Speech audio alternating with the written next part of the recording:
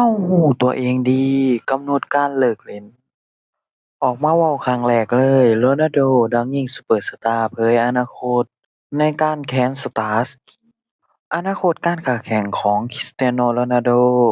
นักยิงทีมชาติโปรตุเกสของอัลนาสเซอร์สโมสรในซาอุดิอาระเบียโปรลีกกลายเป็นที่จับตามองอีกครั้งหลังจากที่เจ้าตัวออกมาเว้าถึงเรื่องกำหนดการแขนสตาร์สเป็นครั้งแรก โดยกองหน้าซูเปอร์สตาร์วัย 40 ปียังคงเป็นผู้เล่นที่สำคัญของทีมชาติแม้จะบ่ได้เล่นในลีกยุโรปแล้วก็ตาม ซึ่งฤดูกาลนี้เจ้าตัวก็เฮ็ดไปแล้ว 4 ประตูจากการลงเล่นในลีก 4 นัด ขณะที่ในนามทีมชาติเดินหน้าถล่มประตูต่อเนื่องหลายถึง 141 ประตู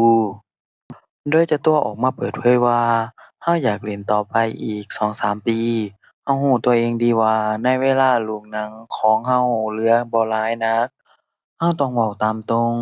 เรายังคงอยากเฮ็ดผลงานได้ดีช่วยเหลือสโมสรและทีมชาติดังนั้นเป็นหยังเราถึงจะบ่เล่นต่อไปนั้นมั่นใจว่า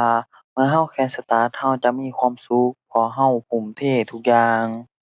ตอนนี้เรากำลังมีความสุขกับช่วงเวลานี้เรารู้ว่าเราเหลือเวลาอีกบ่หลาย